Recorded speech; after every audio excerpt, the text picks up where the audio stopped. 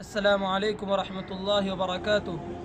حضرت ابو ہریرہ رضی اللہ تعالی عنہ سے مروی ہے کہ وہ فرماتے ہیں کہ رسول اللہ صلی اللہ علیہ وسلم نے ارشاد فرمایا، رحم اللہ عبدا كانت لأخیہ عنده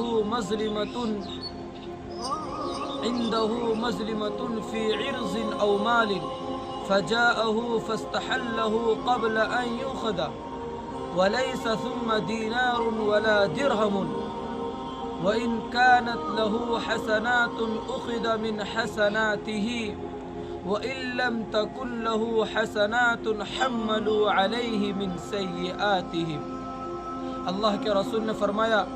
کہ اللہ رحم کرے اس بندے پر کہ جس کے ذمے میں اپنے بھائی کے حق یا آبرو کے سلسلے میں کوئی حق ہو تو اسے چاہیے کہ وہ اس کے پاس جا کر معافی مانگ لے اس سے پہلے کہ وہ پکڑا جائے، ایسی حالت میں کہ نہ اس کے پاس دینار ہو اور نہ اس کے پاس درہم ہو۔ پھر اس کے بعد اس کی نیکیاں اسے دے دی جائے گی، اور اگر اس کے پاس نیکیاں نہ ہو تو اس کے گناہ اس پر ڈال دیے جائیں گے۔ عزیز دوستو، پیارے بھائیوں، اس حدیث کے اندر اللہ کے رسول نے اس بات کی طرف اشارہ کیا ہے کہ اگر کسی مسلمان بھائی نے دوسرے مسلمان بھائی کے حق تلفی کی ہے،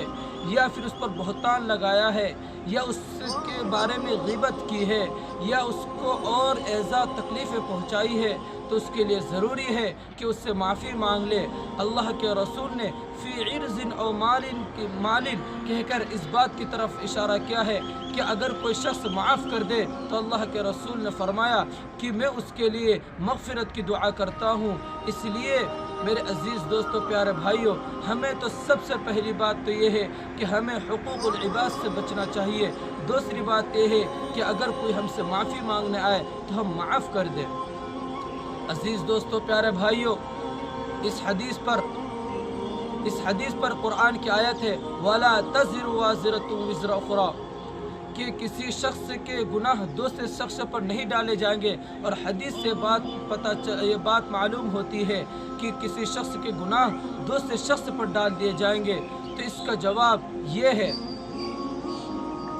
کہ اگر ظالم نے ظلم کیا ہے تو اس نے ظلم کے ذریعے اپنے گناہ کو، اپنی نیکیوں کو مظلوم کو دے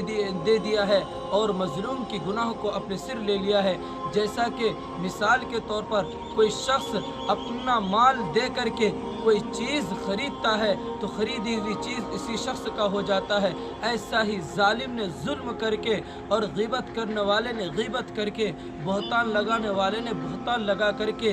سامنے والے کی گناہ کو خرید لیا ہے اور اپنی نیکیاں اسے دے دیا ہے۔ اس لیے میرے عزیز دوستو، پیارے بھائیوں، اس آیت میں اور اس حدیث میں کوئی اشکال نہیں، بس دعا کرو کہ اللہ تبارک و تعالی مجھے بھی اور آپ حضرات کو بھی حق تلفی سے، دوست کی غیبت اور بہتان سے حفاظت فرمائیں۔ آمین ثم آمین۔ السلام علیکم ورحمۃ اللہ وبرکاتہ۔